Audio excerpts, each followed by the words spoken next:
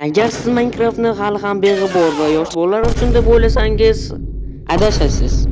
To'g'ri, bir tarafdan beg'ubor va sodda o'yinga o'xshaydi, lekin unga bir chetdan qarasangiz, sirli va qo'rqinchli faktlarga boy ekanligini bilib olasiz.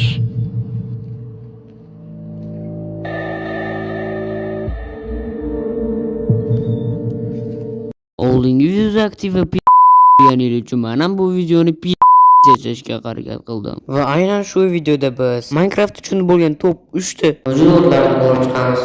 Eslatib o'taman, bu videoda Herobrine qatnashmaydi. Chunki Herobrine haqida ma'lumotlar, faktlar YouTube'da juda ham ko'p. Okey.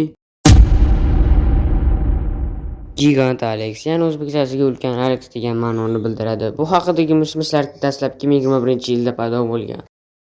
Stop, shunda bu mavjudot 4 yil oldin paydo bo'lganmi? Xuddi shunday. Bir o'yinchi o'zining Minecraft dunyosida ulkan va qo'rqinchli Alex shaklidagi mavjudotni ko'rganini da'vo qiladi. Uning so'zlariga ko'ra, Gigant Alex shunchaki NPC emas, balki u juda ham katta g'ayrioddiy kuchga ega NPC emish. Hihi. Lekin to'g'risini aytadigan bo'lsam, bo'lib buni kattaligini qaraylar vashi. Buni ko'rib o'zim ham qo'rqib ketaman. Ularning aytishi bo'yicha bu opog'oyinimizning uzunligi 12 blokdan tashkil etar ekan va uning tanasi qon, xuddi redstone'ga o'xshab qon shaklidek. Va bu o'rgatoyimizning o'zlarining rangi umuman yo'q, shunchaki qora rangda. Agarda siz menga o'xshab krasavchik bo'lsangiz, u sizlarga tegmaydi. Agarda omadingiz chopmasa, men sizlarga yordam beraman. Siz oldingiz. Hazillashdim. Bu mavjudot ham xuddi Krisiga o'xshab kuzatib o'tiradi. Agar yoniga yaqinlashsangiz, u puff etib yo'q bo'lib qoladi. Xuddi o'z mobilning internetiga o'xshab. Gigant Alexni topish uchun maxsus set.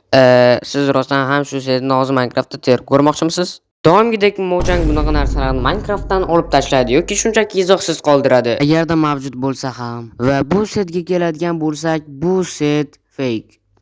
Va oxirgi manba Gigant Alexni ko'rinishi menga qaysidir animeni eslatib yubordi. Anime ko'radiganlar buni kommentariyaga yozib qoldiring. Qaramang, nima deb o'ylayapsiz? Kim deb o'ylayapsiz mani? Bo'lsa-da ko'p o'rinda ko'rasiz degandek, bu maxluqimiz haqida ham ma'lumotlarimiz juda ham kam edi.